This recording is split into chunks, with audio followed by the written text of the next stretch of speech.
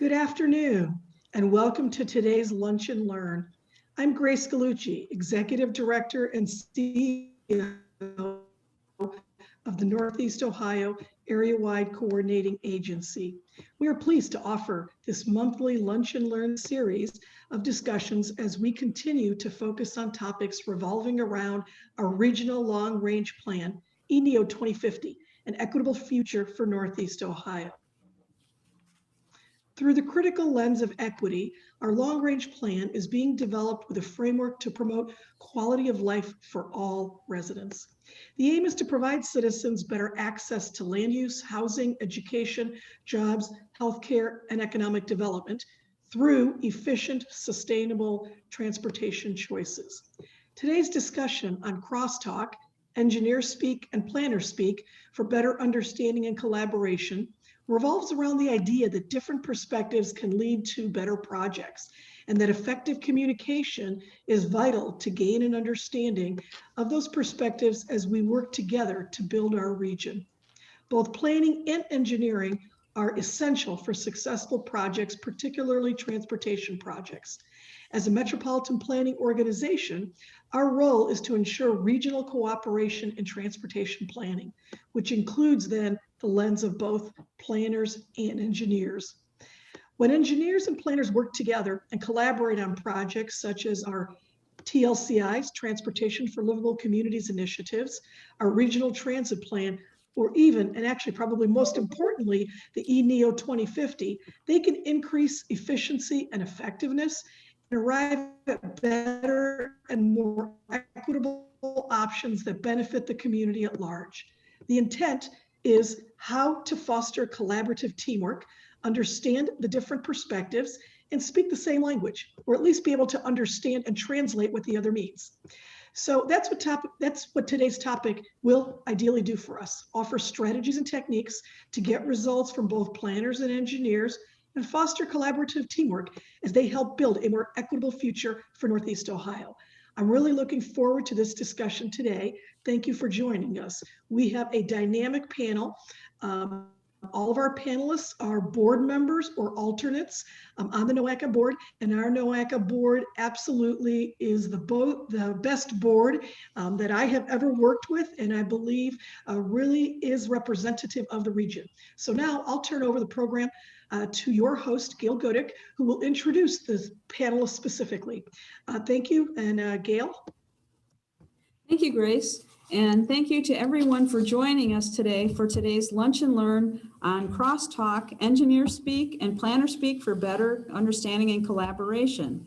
We're delighted to welcome our guest speakers, Freddie L. Collier, Jr., the Director of the Cleveland City Planning Commission for the City of Cleveland, Nicole English, P.E., Planning and Programming Administrator for the Cuyahoga County Department of Public Works, James R. Gills, P.E.P.S., the Lake County Engineer, and Janine Ripka, the Director of the Cuyahoga Soil and Water Conservation District. Let me tell you a little bit about each one, and we're going alphabetically by last name. Freddie Collier was appointed to serve as the Director of the Cleveland City Planning Commission in 2014 by Mayor Frank G. Jackson.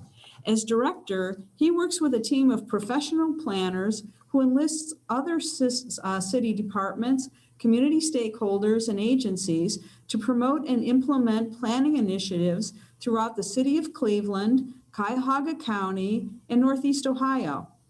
Freddie began his career with the City Planning Commission in 1999, and he has led several citywide initiatives, including managing the Connecting Cleveland 2020 Citywide Plan, which is the city's comprehensive master plan designed to guide the development direction of the City of Cleveland, and leading the development of the Reimagining a More Sustainable Cleveland initiative, including efforts such as the sustainable reuse of vacant land to create healthy and sustainable neighborhoods, to just name two projects.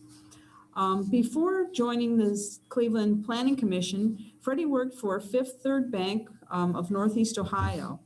He serves on many boards, committees, and organizations, including NOACA's Board of Directors, as Grace mentioned.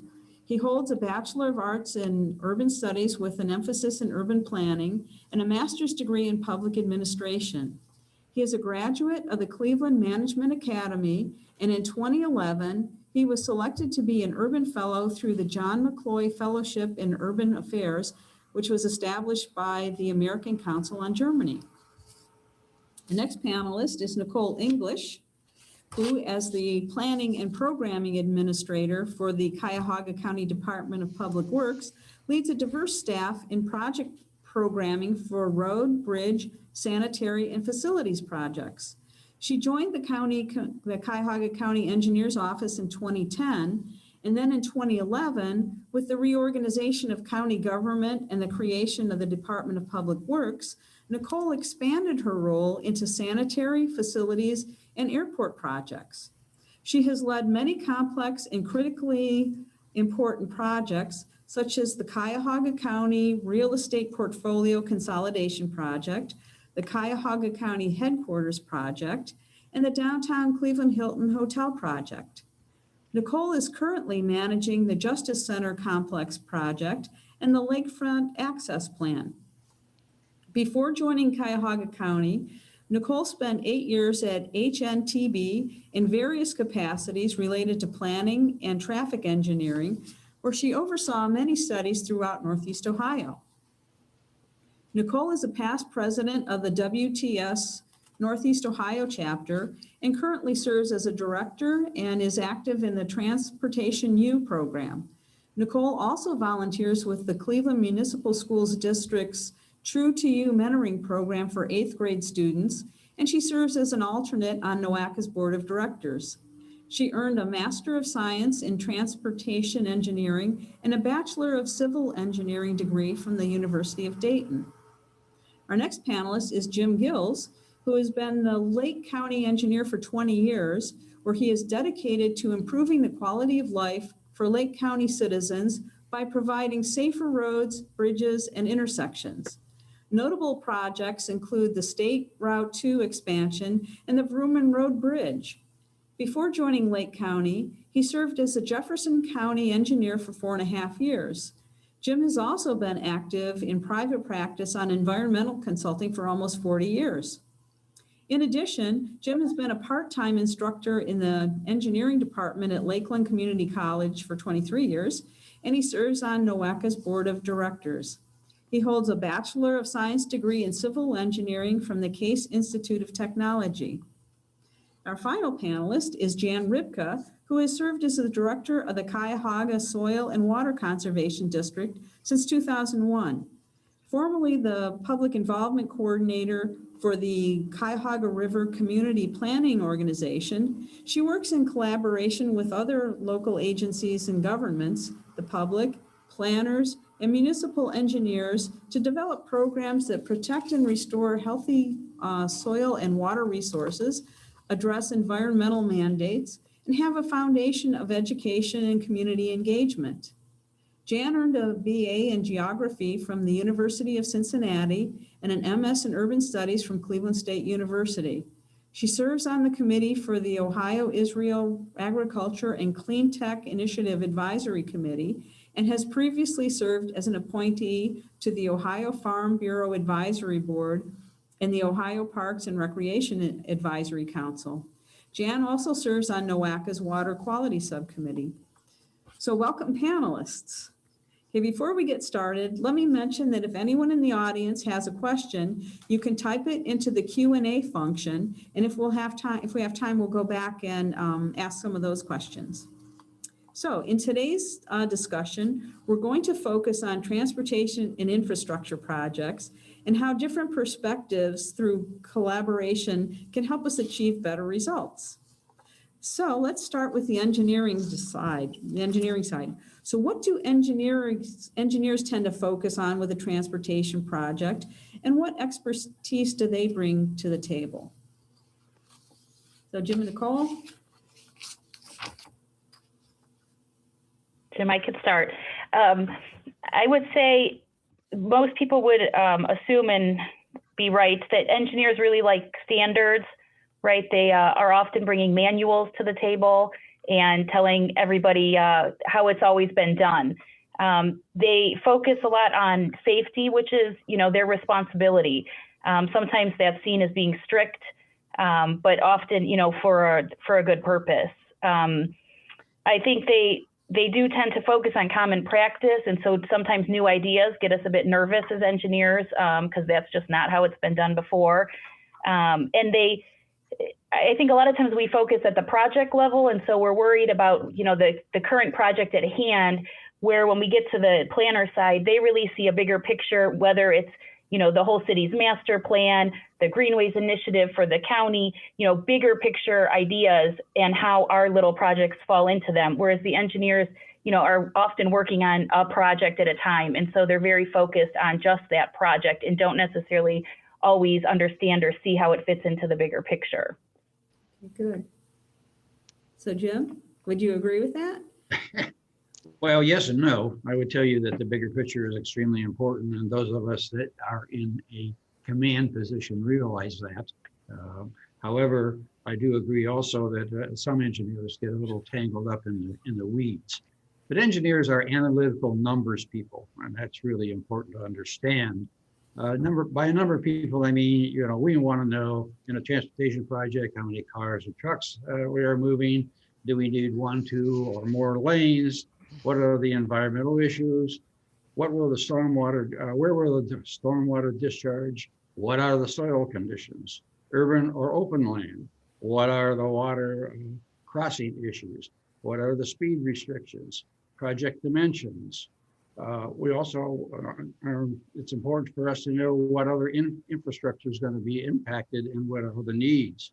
All of these numbers are analyzed by the engineer and determined which in the end will actually generally affect cost, because cost in the end is whether or not we find out whether or not the project can move forward or is just a pipe dream. So realistically, the engineer has a lot of roles, particularly if he's at the top. Okay, so, all right. So Kayla, how about planners? What do planners focus on and what expertise do they offer?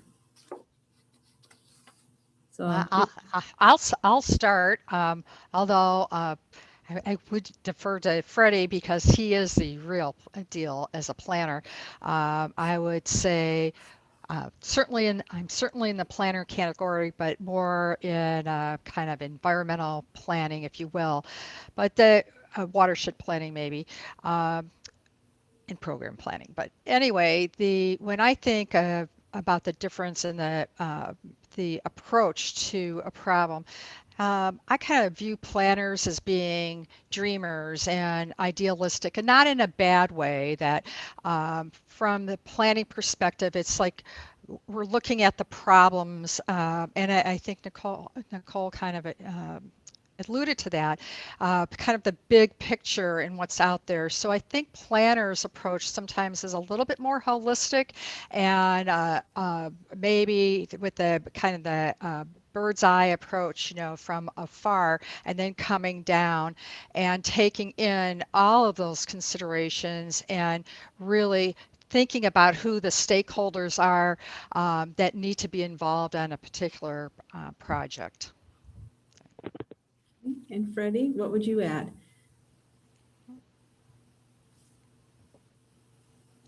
He's muted. Can you guys hear me? Yes.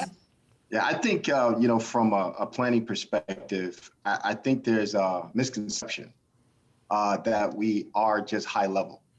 I think that planners are systems thinkers. I think that we focus with respect to transportation projects on things like putting the pedestrian first, ensuring that all modes are considered. We look at how transportation projects link to land uses, because transportation is a land use or a form of land utilization. We look at what the economic benefit of an investment is going to be. And we also, I think most importantly, look at who benefits and who bears the burden with respect to these types of investments. And I just want to emphasize the fact that planners are about the transaction. When you think about the planning efforts that take place, they only matter if, in fact, they get implemented. So I think when you put all of that together, even though we may come from different poles, I think there's overlap. And I think we'll get into that conversation more. But I think there's a misconception. Okay. Well, since you mentioned the overlap, let's talk about the overlaps. Do you want to start, Fred? Yeah, sure, absolutely. So when we talk about, the overlaps and we get into the transaction, one of the things that I'm going to say, and I don't want to offend any engineers, but I told Grace that, I would participate in this panel only if I can be totally 100% candid. We have to look at things like safety, for example, and funding, which are really the two key things that I think where our two universes see as a priority. But from a planning side, we tend to observe, or it's been my experience that, safety is not necessarily used as a priority, but an excuse not to do certain things and not to reach. And I think that is where I think planners experience some, frustration. And I think the other component of that is around solutions. So we understand that there's limitations. We understand that there's guidelines. But when we look at how the environment is changing and how transportation is changing, that's challenging the conventional wisdom about what we think is safe and what type of solutions we can provide. So I think the overlap and the opportunity for connectivity is really around our willingness to be open and our willingness to be transformative and nimble and not be so fixed. And I think that's where a strategic touch point exists with engineers and planners, where they can really come together and be more collaborative and creative. And from an engineering perspective, because everything is so absolute, it seems with engineers, it may not seem like there's that willingness from the perspective of planners when you kind of marry the two with respect to implementing projects. Okay. So how would you engineers respond to that? Well, from my standpoint, I think, yes, everything that has just been said is good, but really there's a lot of overlap between, and we're at two different directions. One is on the left hand, the other one is on the right hand, and there is a middle area. When we reach that middle area, that's where the planners and the engineers can get together and really solve the problems that you're trying to get at. And I think that's really important. And it depends on how well they work together. Has a direct effect on the outcome. So, again, with us being a little more analytical and being able to tell the planner as well, that soil is not going to work for that kind of project. And the planner saying, well, we have a large development over here that needs transportation and needs this, this, and this. How can you solve the problem with it? That's the middle ground that we're talking about. And I think that's an important area for both of us to reach and be willing to reach. Mm-hmm. So that's a good point. So how do you reach those commonalities? So, what strategies and techniques do you use to foster collaborative teamwork so you find that middle ground? It depends on your organizational culture. Okay. It depends on the politics associated with things. I think if you look at it from a purist standpoint, you take a planner who's true and pure to the discipline, and you take an engineer and you allow them the space to be creative. I think that it's very possible, but I think a lot of it has to do with the organizational culture and the level of communication that is allowed within an organization. Too often, particularly in the public sector, you have situations where decision-making can be very siloed. And when you have some of those silos, what happens is that you start to get these sort of very hard line perspectives, particular transaction. And then it becomes a street fight with respect to how something should happen. And that can't happen, particularly not in the 21st century where you have such a dynamic array of innovation coming into our streets and right-of-ways. You know, we have to be able to be nimble and flexible. And that's why I think it's so germane to have a culture that allows for that creativity and the solution to be established. And I'll give you one quick example. When you have a situation where just say a NACDO guideline says, you know, X, or an engineer's looking at a specific regulation, rather than allowing that regulation to be a limitation to something that the community or a planning study may advocate for, what we need from engineers is to help us figure out how can you get there without going to jail or having to go to court because somebody hurts themselves as a result of a decision that you've made. So not looking at an obstacle as an obstacle, but looking at it as a challenge and really helping folks who are in the planning space, and I admit sometimes come back down to earth, but also help them figure out how can you make that happen in a way that's safe, in a way that maybe bends the rules but not break them. But because again, safety, the perception of what's safe has evolved. I would just echo, I think a lot of what Freddie said is correct, and we feel the same way. And as far as communication being key, I mean, that's definitely key between inside our organization and outside. You know, we at the county deal with all the different communities, and so we're dealing with city engineers and city planners, you know, for all the different communities.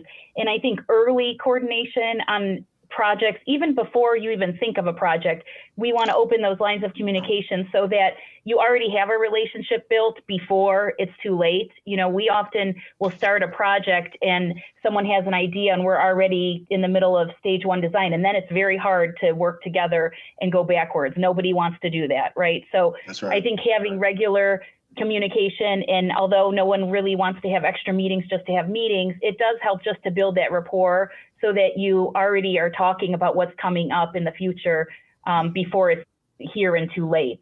I think us engineers get a little nervous on the safety side. You know, the engineers have to stamp the plans. We're responsible. We're the ones who can, you know, get sued at the end of the day if there's a problem. And so just making sure everybody, you know, knows up front what we're looking for. And then we can try to be a little more creative if given the time. Yeah. And I'd just like to add that, and again, we're not doing transportation planning projects, and so our projects are a lot different. They're environmental, they're watershed projects, they're infrastructure in a way, because if we're doing stream restoration, their stream is its natural infrastructure.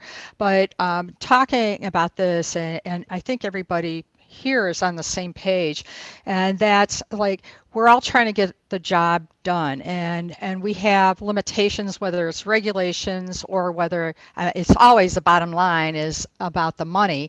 And we're trying to satisfy the interests and the objections of numerous stakeholders.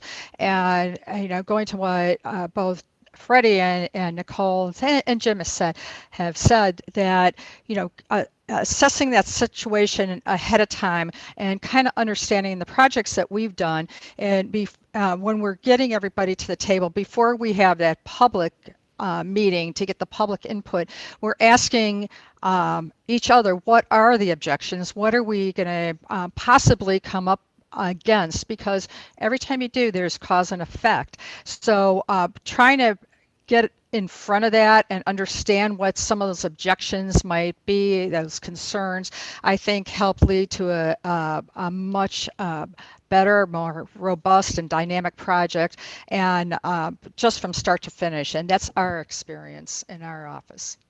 If I can expound real quick on what Janine said, because I think that's correct. How you do that is through a planning process. So part of, you know, what we've been really working toward at the City of Cleveland is ensuring that our engineering, our streets folks, and people from the Mayor's Office of Capital Projects are engaged through our TLCI's initiatives early, so that if there are these concerns that are raised by engineers where they can see a problem coming, we can start ideating around the issue in the planning process so that that product, which is the playbook, can be something that we all are in alignment with and can advance forward, rather than producing a product then having to sell it to an engineering department or this group or that group. So I think, to your point, that collaboration in the process, I think, is really key. Okay. That sounds reasonable to me. So Nicole, you had mentioned also bringing people together. Do you have a playbook like that too, like with a planning process for your projects, you know, as an engineer? I think we're getting better at it, right? So we in Cuyahoga County, you know, we're aware of the different planning studies that are around and programs, and we've tried to make our engineers get a little more involved in that. So being aware of the Cuyahoga Greenways Plan, being aware of our tree canopy program, just, you know, having that sort of be ingrained in them that when they start a project, that's something they should look at, think about, reach out and talk to. So I think we're getting better. It's taken us a little while. I mean, we literally sit next door to the County Planning Commission, and we really hadn't been engaged with them until the last couple years on this more active level. So I think everybody is learning from that. I've done a good amount of work on the vertical side in the design build process. And I think that, while different, working with getting contractors involved early in your projects with the architects to work together, that's kind of taught us a similar way to work with the planners and the engineers, getting both at the table early on so the engineers can help inform the planning, and then later the planners can help inform the engineering, right? So that everybody's on the same page early on.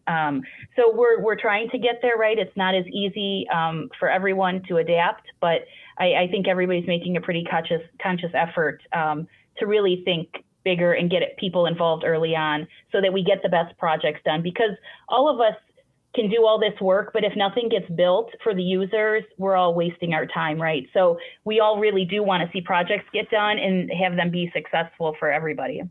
Mm-hmm. Okay, so let's just talk about, you know, communication. So are there terms or jargon that mean different things to engineers and planners? Yeah, so so in other words, sometimes there are some of these miscommunications. Is it an issue of communication, or is it perspective, or is it a little bit of both? What do you think?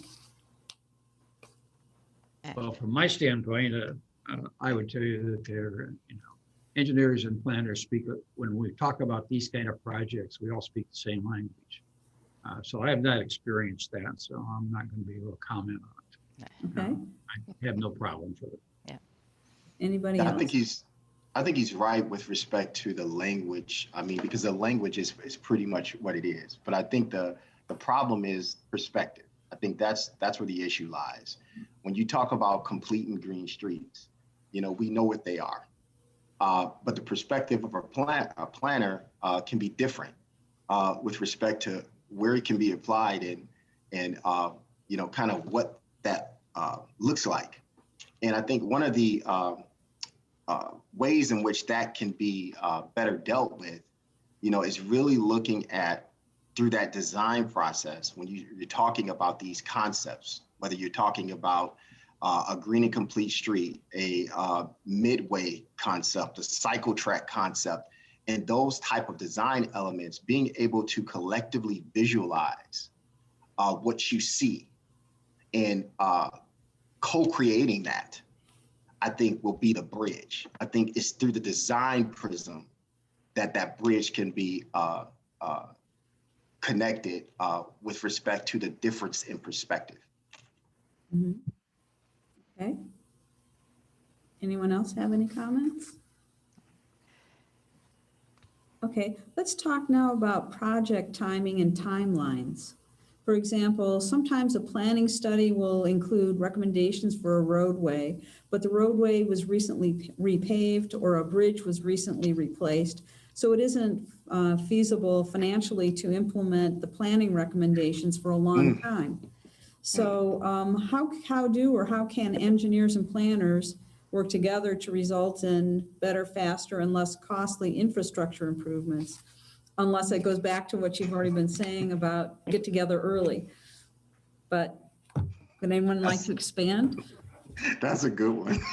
Yeah, I have a great story that, and it's a kind of a transportation story more so than a planning story, but City of Cleveland, and of course it does come down to money, and you wonder if there could be more synergy in the planning, but it's my understanding that back in 1915, the city passed an ordinance that all overhead wires were supposed to be buried. So this is long before we had cable and whatnot. So we also know that the city of Cleveland, our infrastructure underground, our culverts, our water mains are very, very old, 100 years or more. So anyway, street gets paved. This was in Slavic Village. Street gets paved. Beautiful. Beautiful job, great job. But the question before the paving was, would it be a good idea to check the infrastructure first and make any repairs? Nope, can't do that. Guess what happens? Within a couple months, boom, there's a water main break, right? Okay, now we got to fix it. Maybe now we should go in and get in there and bury those wires, replace those old water mains, whatever. No, can't do it, no money. Yeah, guess what happened? So it's repaved within not 6 months, but within a month, 2 more water main breaks. So it kind of begs the question, are we up to, should we be planning and engineering a different kind of solution, especially in cities like Cleveland that are older, so what's happening in the green fields might take a whole totally different planning and engineering effort than in the city. It's just a story and maybe a little bit off track, but it just kind of, talking about silos and how do we deal with those projects like that? Because bottom line, it does come down to money and frustration among the planners and among the engineers and everyone. Yeah. Great point. I think that that's a good point, but realistically, certain investigations can be productive at this stage of the planning, depending on how the area is developed. For example, a blighted area that is in the beginning stages of a rebuilding plan where old and deteriorating structures and streets may be moved and the area use is changing to an upgrade. The question becomes, should the road need expansion over a period of time? Should it be realigned? Should there be a need for additional right-of-way, adjustment in right-of-way, easements, and things like that? If there's a newly improved road or a recently improved road in that area, as was indicated by one of the questions, I think that one of the things that you can do is you can make right-of-way adjustments, and you can fix certain drainage problems and other infrastructure, depending on what the problems are, so that you do not have to do that in the future, or as Jan says, halfway down the road. So it really depends in that particular situation as to how you're going to redevelop the property. And that may be up to not only the planners, but the people that are going to invest in the redevelopment or development.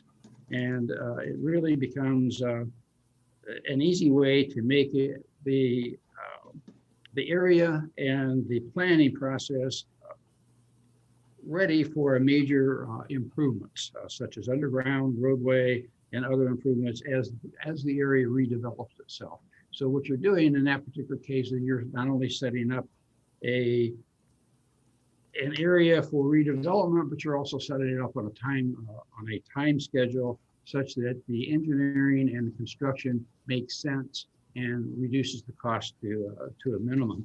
And I think both planners and engineers are extremely important in that case to get together and create a plan.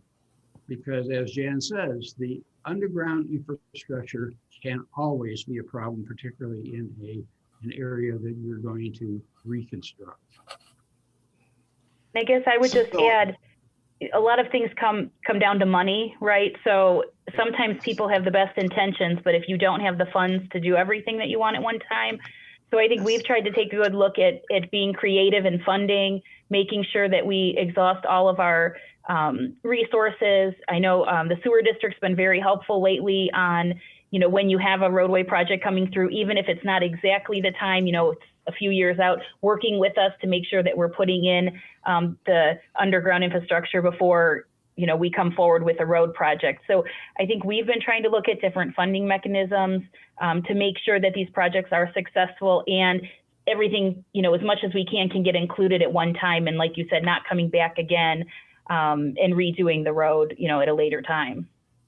It's another thought occurs to me, and especially talking about road projects, and think about Opportunity Corridor, maybe Euclid Avenue, any of these projects now, and this would be my question to the engineers, is do we have a good understanding of what the difference of cost is if we're conveying that stormwater underground as opposed to green infrastructure, and if it makes sense as we're moving forward and doing planning to look at kind of compare those costs, because if we could in my mind, and I could be wrong, incorporate green infrastructure, I mean, one, it looks better, and especially it has to be maintained, like everything has to be maintained. But would it be less expensive in the long run to maintain? That's something that we grapple with because, of course, if it's underground, out of sight, out of mind, and maybe it does not have to be maintained as often as if you have, let's say, bioswales going down the length of Opportunity Corridor. It's just something that we've thought about and kind of wondered if that kind of advanced planning and research might lead to a project that could ultimately be less expensive and more beneficial to the environment and to the public. Well, Jan, part of the planning process, along with the engineering, is life cycle. Most of this green infrastructure stuff has come along in the last 10, 15 years. So engineers are still a little bit on the catch-up side.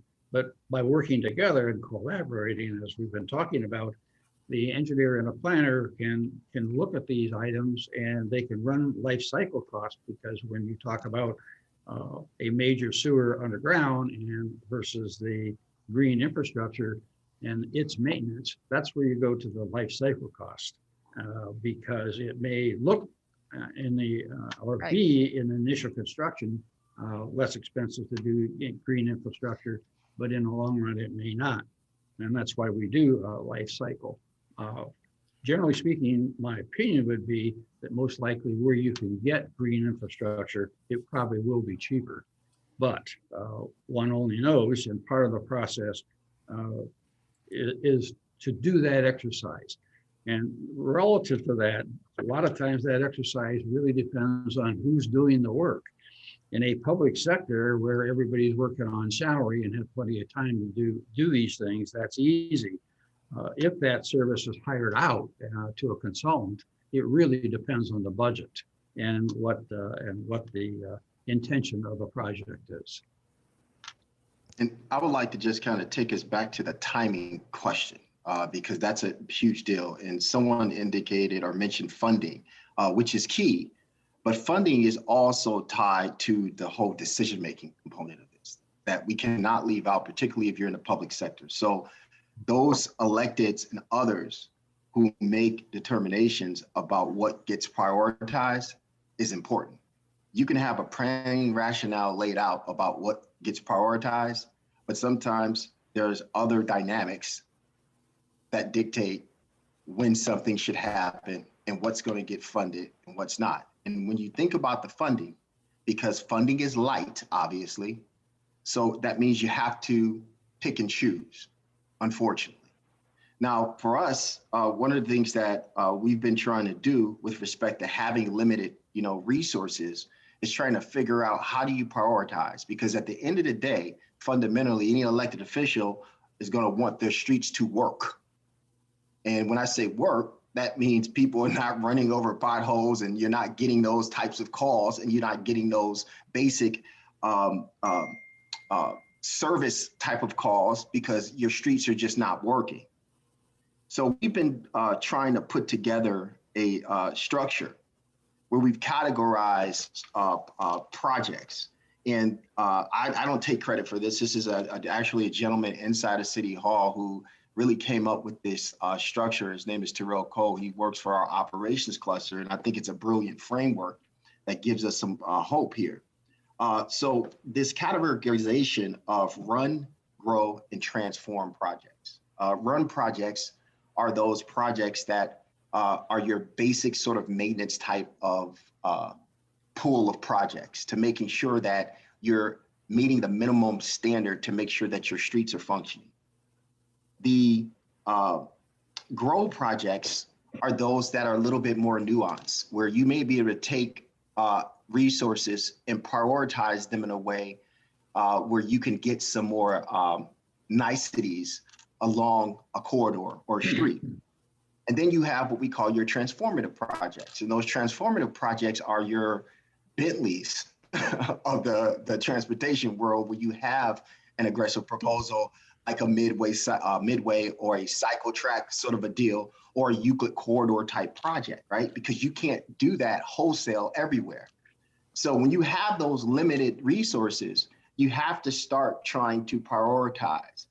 And that should be precipitated by a plan that includes everybody. And that's typically a comprehensive plan that starts to help to drive somehow those resources that are limited can be prioritized, particularly when you're dealing with larger cities. Well, let me say this to you relative to that. Financing is everything. To start the process in reality, you should always start with the financing first. You need to know what kind of funds are available, where they may be coming from, what are the odds of getting things such as grants in certain areas, and what kind of budget the client, city, government unit has or is able to put aside to accomplish what you're trying to accomplish. And that really sets the tone on everything else that you're going to be doing. So now financing is really where it is. And we can work all day long, but if somebody says, well, I'm sorry, we don't have the money for this, then we're wasting our time. So I've been in the— Well, Jim, let me ask you this question. Sure. With respect to that thinking, right? So you don't plan beyond what your current resource allocation is. Is that what you're kind of trying to say? No, I'm not saying that. It depends on the kind of project and the planning you're doing. There's, as you know, as a planner, there are levels of planning. There's long range planning. There's the, as Jan says, the pie in the sky planning. You need that in order to set a course as to where you're going. Right. However, now, if I'm going to go from that particular course to a specific area to do a certain project and or develop a certain area for a next level plan, which would include plan for construction and that kind of thing, I need to know in that planning module exactly what kind of money I have, where can I get my money, and that creates the timing, the size, and answers a lot of things, so that when we do the evaluation and so forth and come up with numbers, we know how to fit the puzzle together. Otherwise, the puzzle is just a whole bunch of pieces. That's right.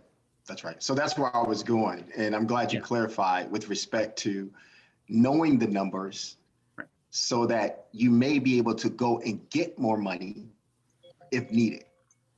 Yeah, if you have an idea what your shortfall is, now you can start turning over rocks, such as NOACA, in the county's case, CEAO, the federal government, go to your senator and ask for a set aside, go to the state and beat them over the head for a set aside. I mean, there's a lot of ways you can do it.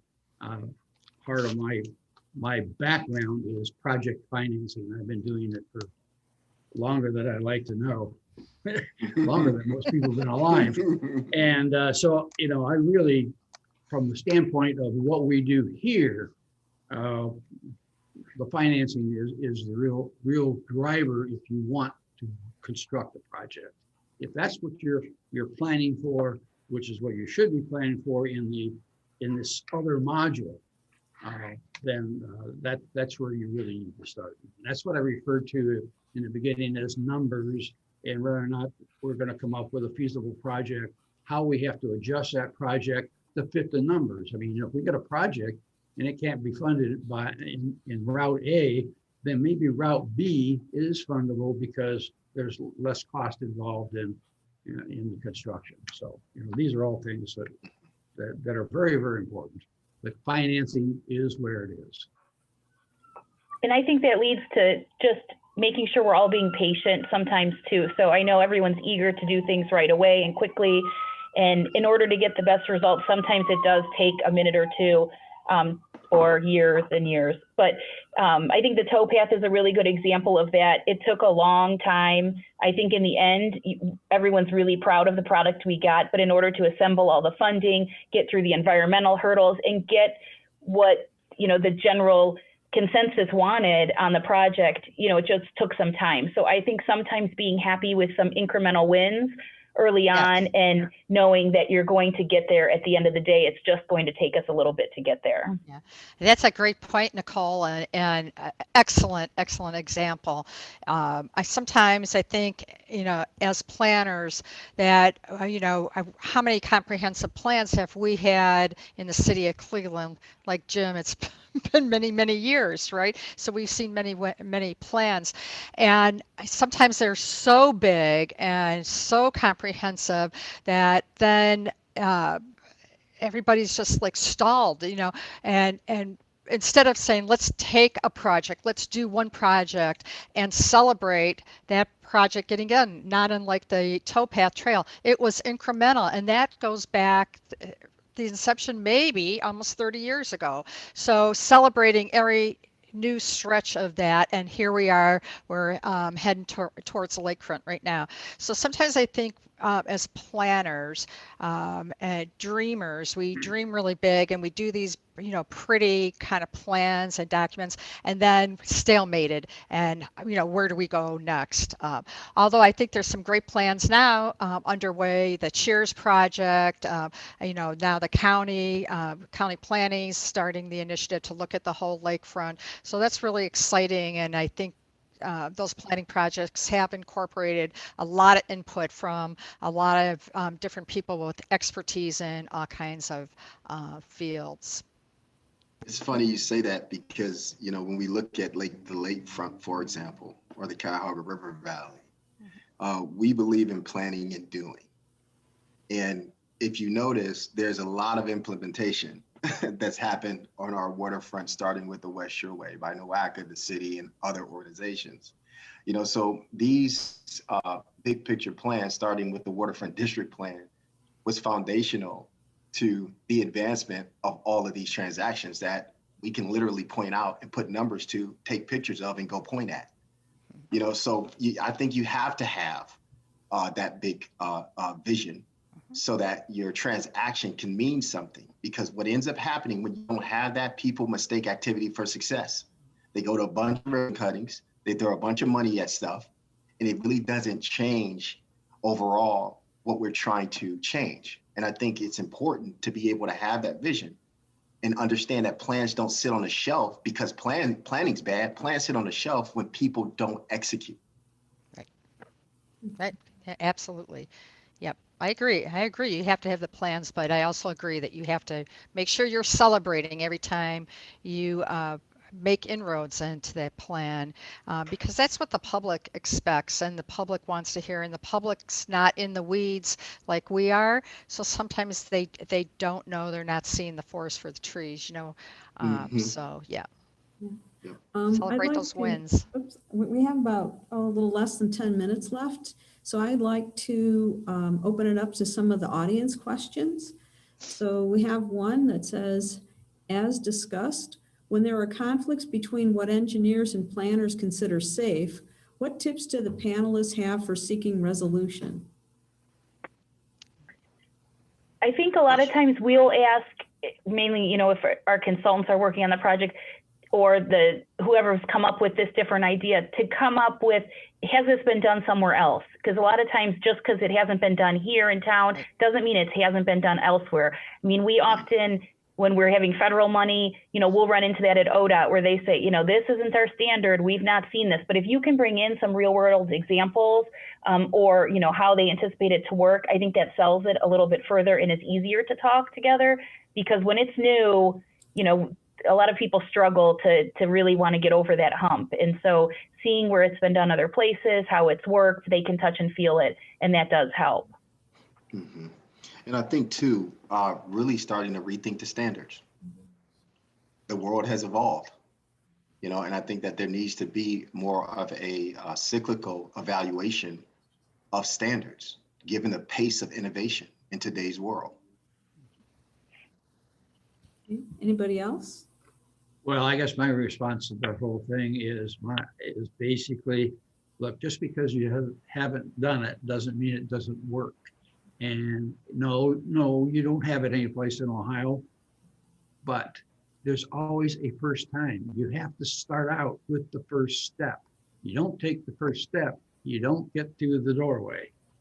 And that's really what it's all about. Innovation is very good and should always be considered. Okay, so now this one is it's not a question, but a comment. Said, Freddie is right that systems thinking is essential. Some engineers are versed in that. That is what the systems engineering approach is about. It's beneficial to have engineers with that training be part of the team. So. Agreed. Okay. Okay. Then someone else said, this is a great discussion. I'd like to add that we need to encourage diverse teams, including landscape architects, to translate planning concepts to technical construction documents. Landscape architects are licensed by the state and have the expertise beyond plants, urban design, site planning, and other technical knowledge.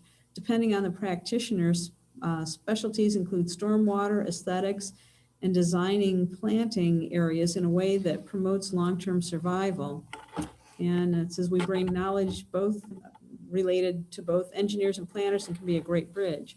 So I guess we left out the landscape architects. So do some of you have experience with including them also on the team?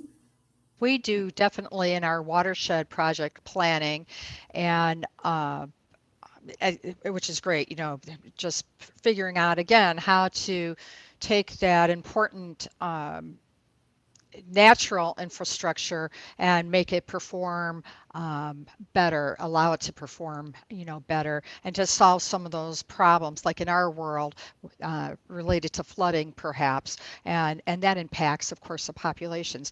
But that also brings to mind, though, and we were just on a conference call yesterday with one of the communities that we work with, their city engineers, and we were talking about how we could better collaborate to help and provide the assistance that they need from us. And one of the things that they said, the firm that they belong to has, you know, the landscape architects, they have, you know, the stormwater engineers, they have the civil engineers, and they have the wetland experts. And I think there might be a trend to be going more towards that, again, to get that synergy with, you know, in-house among engineering firms, and that's very hopeful, I think, at least from my perspective. Okay. Well, we have one other. Oh, sorry. I was just going to add, you know, diverse teams on everything we do is always helpful. Different perspectives. Both even on the public side, having consultants on board that have seen different things around the country and different backgrounds and qualifications. And I think one thing that the landscape architects often help us with is maintenance, we haven't really talked much about maintenance, but we can all build everything we want, but if nobody maintains it, Right. It's really kind of a bad mark on us too later on down the road. That why did we build something that now doesn't look very good? So often they can help us with making sure what goes in is maintainable and, you know, affordable in the future. And I think that, again, back to the towpath, you know, that's where they kind of played a critical role on making sure that what we build will look good for years to come. Okay, one last quick question. Engineers are often required to focus on congestion. California is known for switching from improving level of service to reducing vehicle miles traveled. Do you think this is a good thing? And if so, how can we do it in Northeast Ohio? Well, I think it is a good thing. Understand that California is a big part of the problem when it comes to congestion. So they should be leading in the solutions associated with it. And unfortunately, when you are dealing with very huge challenges that have huge environmental impact and societal impacts, that often leads to a more aggressive approach to innovation. But I think that, yeah, it's good.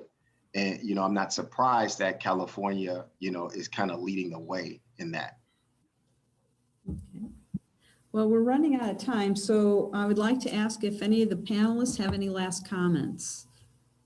And Grace, too, if you have any last comments. I One would just thing I would say, say, go ahead, I'm sorry, go ahead, please. no, I was just Sorry. going to say we might in some respects be speaking different languages, but I think we all want to we want our projects to be successful, and you know, we want to share that success with our partners. So, you know, keeping those lines of communication open and trying to understand where each other are coming from. I mean, you know, tell me that this costs too much or it's like a crazy idea, and let's talk about it. And because maybe it really is a crazy idea, and there's another way to get to the same endpoint. You know, incorporating a wider range of viewpoints. Yeah, I just want to say one of the reasons why I appreciate the discussion today, and I think this attitude needs to be carried on, is because we have to honor each other's role. Yeah. That's what I think is key. You know, we can't get to implementation unless you have all of those fingerprints on a project. You know, so let's not knock, you know, planners for being, you know, more big picture, and you definitely can't knock an engineer for being transactional. You know, together, that's how it can work. You know, and I think we need to honor each other's roles, and I think we'll be successful. Yep, I agree. Yeah, I'd like to add to that to close up. We need both engineers and planners. They're both significant components of how we do our work in transportation and environmental planning. Early involvement, early collaboration, I think, is the key. When you think of a project more as a design build, we should even think of plan, design, build. And that is what we all do. We just sometimes do it separately. And if we include all of the partners from the beginning to the end, I think we have a better outcome. You know, I'm reminded of in the Hollywood world, there's something called relationship naming, right? When there are two people and now they become a couple, they give them a name, like Angelina Jolie and Brad Pitt became Brangelina, A-Rod and J-Lo became J-Rod. Well, I'm thinking planners and engineers, maybe we should have plangineers. And so if we all think of ourselves, whether we are planners or engineers, if we think ourselves as plangineers, maybe we can really work with each other early enough in the process and continue throughout the process that we can all support each other for a better outcome. Hey, Grace. You're here. Yes. Grace, you spent too much Yes. time in Chicago.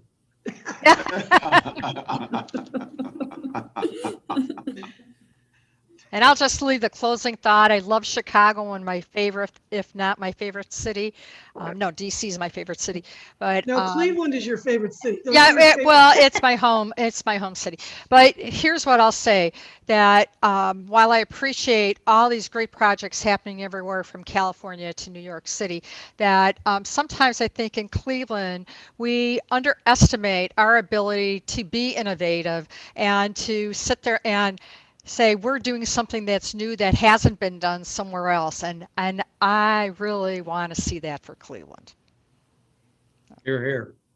Okay, well, unfortunately, we're out of time. So I want to thank our speakers for your informative you. discussion and for our audience for tuning in. And we hope you've all found this interesting, because I certainly did. I enjoyed the discussion. And I hope you'll all join us next month for our next Lunch and Learn on Thursday, February 18th, for a special presentation of the Commuter Choice Awards. The featured speaker that day will be Dr. Joe McDonald, Director of Strategic Environmental Planning at NOACA. So you can register for that session on Eventbrite.